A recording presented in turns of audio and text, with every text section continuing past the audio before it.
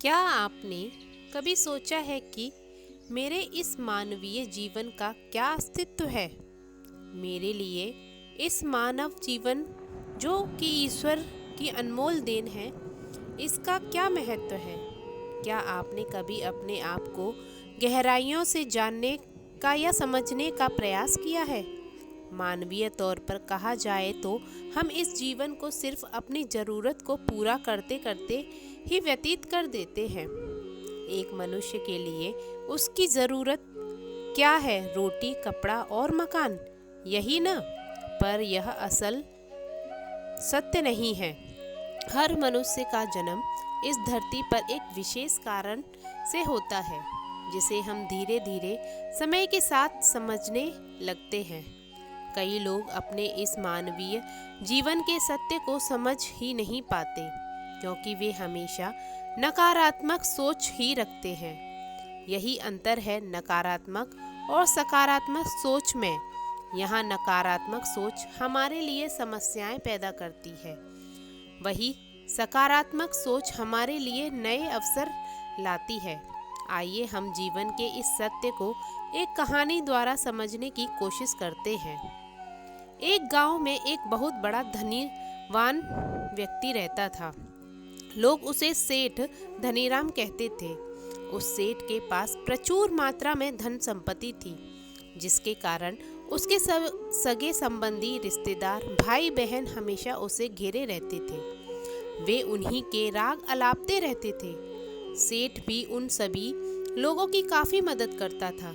तभी अचानक कुछ समय बाद सेठ को भयंकर रोग लग गया।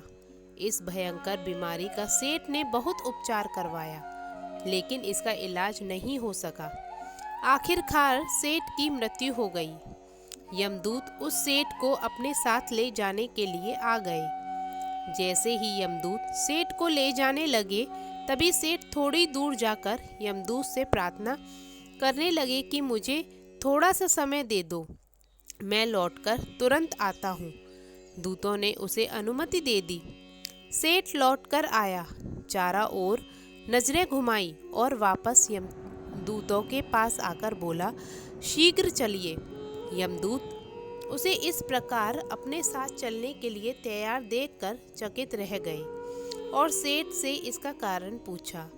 सेठ ने निराशा भरे स्वरों में कहा, मैंने हेरा फेरी करके अपार धन एकत्रित किया था, लोगों को खूब खिलाया पिलाया और उनकी बहुत मदद की। सोचा था कि वो मेरा साथ कभी नहीं छोड़ेंगे।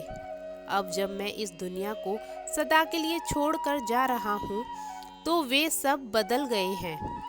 मेरे लिए दुखी होने के बजाय ये सभी ही से मेरी संपत्ति को बांटने की योजना बनाने लगे हैं। किसी को मेरे लिए जरा सा भी अफसोस नहीं है। सेठ की बात सुनकर यमदूत बोले, इस संसार में प्राणी अकेला ही आता है और अकेला ही जाता है। इंसान जो भी अच्छा बुरा कर्म करता है, उसे इसका परिणाम स्वयं ही भुगतना पड़ता है। हर प्राणी इस सत्य को समझना तो है, पर देर से।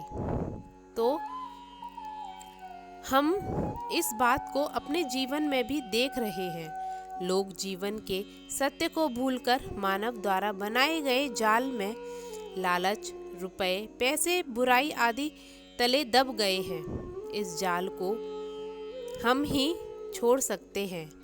आप जो भोजन करते हैं वह पेट में 4 घंटे रहता है। जो वस्त्र पहनते हैं वह 4 महीने रहते हैं।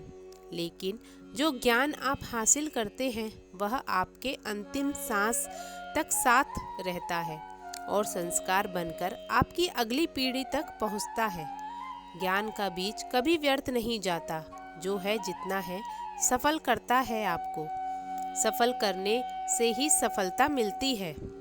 हर व्यक्ति को सकारात्मक तरीके से देखो, सुनो और समझो।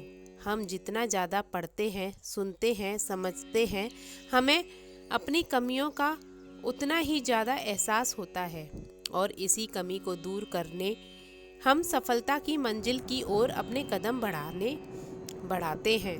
क्या लेकर आया था जो क्या लेकर जाएगा। आपको बस यह करना है, कोशिश करो कि गलत काम नहीं करना। किसी चीज़ को लेकर ज़्यादा लालच नहीं करना चाहिए। लाइफ को एंजॉय करना चाहिए। तो फ्रेंड्स, आज की कहानी आपको जीवन का सत्य कैसी लगी मुझे कमेंट करके बताइएगा। और प्लीज़ प्लीज़ प्लीज़ मेरे चैनल को सब्सक्राइब करिएगा। Thank you so much. कल फिर मिलते हैं एक नई कहानी के साथ।